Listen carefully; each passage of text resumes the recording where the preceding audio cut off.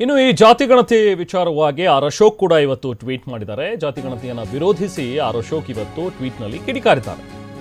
ಇವ್ರದ್ದು ಹೆಂಗಿದೆ ಅಂತ ಹೇಳಿದ್ರೆ, ಈ ಸಂಕಟ ಬಂದಾಗ ವೆಂಕಟರಮಣ ಅನ್ನೋ ರೀತಿಯಲ್ಲಿ ಪರಿಸ್ಥಿತಿ ಆಗಿದೆ ಇವ್ರದ್ದು. ಸಿದ್ದರಾಮಯ್ಯ ತಮ್ಮ ಕುರ್ಚಿಗೆ ಕಂಟಕ ಬಂದಾಗಲೆಲ್ಲ ಇಂಥದಕ್ಕೆಲ್ಲ ವೆಂಕಟರಮಣನ ಮೊರೆ ಹೋಗೋ ರೀತಿಯಲ್ಲಿ ಇದು ಮಾಡ್ತಾ ಇದ್ದಾರೆ. ಜಾತಿಗಣತಿ ವರದಿ ಅನ್ನುವಂಥ ಮಂಕುಬೂದಿಯನ್ನ ಜನರಿಗೆ ಎರಚ್ತಾ ಇದ್ದಾರೆ. ಜನರ ಗಮನ ಬೇರೆಡೆಗೆ ಸೆಳೆಯುವಂಥ ಪ್ರಯತ್ನ ಮಾಡ್ತಾ ಇರೋದಿದು ಅಂತ ಹೇಳಿ ಟ್ವೀಟ್ ಮೂಲಕ ಸಿಎಂ ವಿರುದ್ಧ ಅಶೋಕ್ ಕಿಡಿಕಾರಿದ್ದಾರೆ.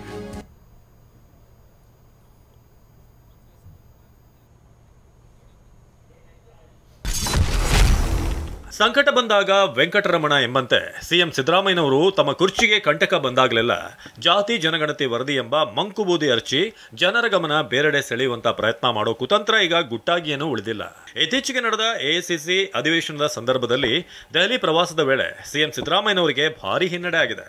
ಹನಿ ಟ್ರ್ಯಾಪ್ ಸೇರಿದಂತೆ ಸರ್ಕಾರದ ಸಾಲು ಸಾಲು ವೈಫಲ್ಯಗಳ ಬಗ್ಗೆ ಎಡವಟ್ಟುಗಳ ವಿಚಾರವಾಗಿ ಹೈಕಮಾಂಡ್ ಸಿದ್ದರಾಮಯ್ಯನವರ ಬಣದ ಕಿವಿ ಹಿಂಡಿದೆ. ಆದ್ರಿಂದಲೇ ಈಗ ಸಿದ್ದರಾಮಯ್ಯನವರು ದಿಢೀರನೆ ಜಾತಿ ಜನಗಣತಿ ಜಪ ಮಾಡ್ತಿದ್ದಾರೆ ಎನ್ನುವ ಗುಸುಗುಸು ಕಾಂಗ್ರೆಸ್ ವಲಯದಲ್ಲೇ ಕೇಳಿ ಬರುತ್ತಿದೆ. ನಾನು ಈಗಾಗಲೇ ಹಲವಾರು ಬಾರಿ ಹೇಳಿರುವಂತೆ ನಮ್ಮ ಸಮಾಜದಲ್ಲಿರುವ ತಳ ಸಮುದಾಯಗಳ ಅಭ್ಯುದಯಕ್ಕೆ ಯಾವುದೇ ಸಕಾರಾತ್ಮಕ ಹೆಜ್ಜೆ ಇಟ್ಟರೂ ಅದಕ್ಕೆ ನಮ್ಮ ಪಕ್ಷದ ಬೆಂಬಲವಿದೆ.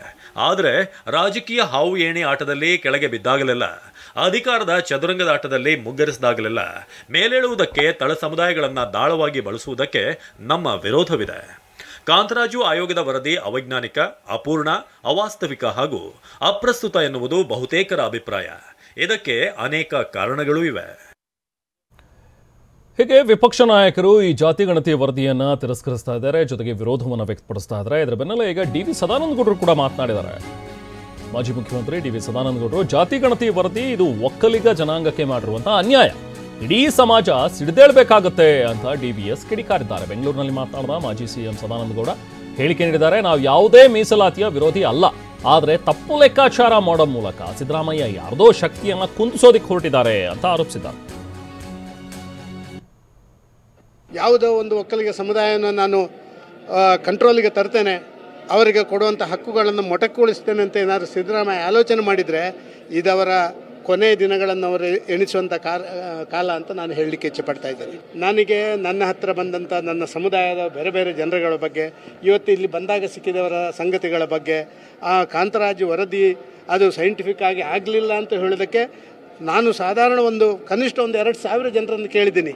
2,000 ಜನರಲ್ಲಿ ಎಲ್ಲ 50 ಜನ ಹೌದಪ್ಪ ನಮ್ಮಲ್ಲಿಗೆ ಯಾರೋ ಬಂದಿದ್ದರು ಅಂತ, ಅದು ಕೂಡ ಯಾರೋ ಬಂದಿದ್ದರು, ಬಾಕಿ ಅವರು ಮನೆಗೆ ಹೋಗಲಿಲ್ಲ. ಇವರು ಕೂತ್ಕೊಂಡು ಏನೋ ಸಿನಿಮಾ ನೋಡಿದ್ರೆ ಇಲ್ಲಿ ಎಲ್ಲರ ಮನೆಗೆ ಹೋಗಿದ್ದೇವೆ, ಭೇಟಿ ಕೊಟ್ಟಿದ್ದೇವೆ ಅಂತ ಸಿದ್ದರಾಮಯ್ಯ ಅಹಂಕಾರದ ತುದಿಗೆ ತಲುಪಿಬಿಟ್ಟಿದ್ದಾರೆ ಸಿದ್ದರಾಮಯ್ಯರು. ನಾನು ಶ್ರೀಗರ ಪಕ್ಕದಲ್ಲಿ ಕೂತ್ಕೊಂಡಿದ್ದೆ, ಆದರೆ ಇದರ ಬಗ್ಗೆ ನಾನು ಇಲ್ಲಿ ಮಾತಾಡಲಿಲ್ಲ. ಮಾತಾಡ್ತೇನೆ, ಇವತ್ತು ಶ್ರೀಗಳಲ್ಲಿ ಮಾತಾಡ್ತೇನೆ, ಇಲ್ಲಿ ಬಂದಂಥ 100 ಜನರಲ್ಲಿ ಮಾತಾಡ್ತೇನೆ, ನನ್ನ ಪಕ್ಷದ ಎಲ್ಲ ಜನಪ್ರತಿನಿಧಿಗಳಲ್ಲಿ, MLAಗಳಲ್ಲಿ, MP ಗಳಲ್ಲಿ ಮಾತಾಡ್ತೇನೆ. ಮತ್ತು ಇದನ್ನು ಎಲ್ಲ ಒಂದು ಕಡೆ ಈ ರೀತಿ ದುರಹಂಕಾರದ ವರ್ತನೆ, ಒಂದು ಸಮಾಜದ ಮೇಲೆ ಗದಾಪ್ರಹಾರ ಮಾಡುವಂಥ ಈ ಪ್ರವೃತ್ತಿಯ ಬಗ್ಗೆ ಇದನ್ನು ನಾನು ಖಡಾಖಂಡಿತವಾಗಿ ಖಂಡಿಸ್ತೇನೆ. ಇದೆಲ್ಲ ಚರ್ಚೆ ಆಗಬೇಕು, ಎಲ್ಲವೂ ವಿಚಾರಗಳು ಹೊರಗೆ ಬರಬೇಕು. ಆ ವಿಚಾರಗಳು ಹೊರಗೆ ಬರುವಂಥ ಇವತ್ತು ಡಿ.ಕೆ. ಶಿವಕುಮಾರ್ ಅವರ ಪಾರ್ಟಿಯವರ MLAಗಳನ್ನು ಕರೆದಿದ್ದಾರೆ. ಏನಾಗಿದೆ ಅಂತ ತಿಳ್ಕೊಳ್ಳೋಣ, ಎಲ್ಲವನ್ನ ತಿಳ್ಕೊಂಡು ಮಾಡಬೇಕು, ಏಕದಮ್ಮ ಹಾರಿ ಬೀಳುವಂಥ ಕೆಲಸ